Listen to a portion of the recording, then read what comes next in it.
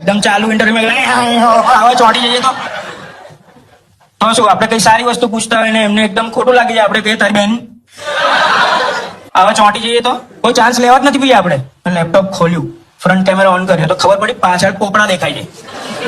મેં કીધું યાર અહીંયા તો નહીં કરાય. એટલે પછી હું દીપના ઘરે ગયો. એનું વાઈફાઈ 300 MBPS કરાવી દીધું. એની રૂમમાં ગયો, લેપટોપ ખોલ્યું, ફ્રન્ટ કેમેરા ઓન કર્યો, ખબર પડી પાછળ મિયા ખલીફા દેખાય છે. યાર હવે તો ઓપ્શન જ નથી બીજું કોઈ. એટલે મેં શું કર્યું, બધા પોસ્ટર ફાડીને ફેંકી દીધા અને ત્યાં મોટિવેશનલ પોસ્ટર લગાવી દીધા. You can do this, confidence is key, marry મી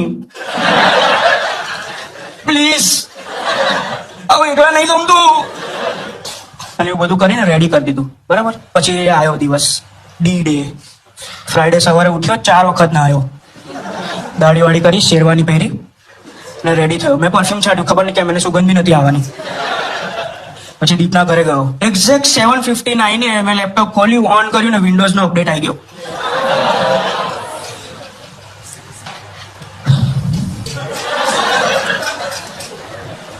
હવે એ બેનને 2 છોકરા છે. મારો અપડેટ હજી ચાલે છે.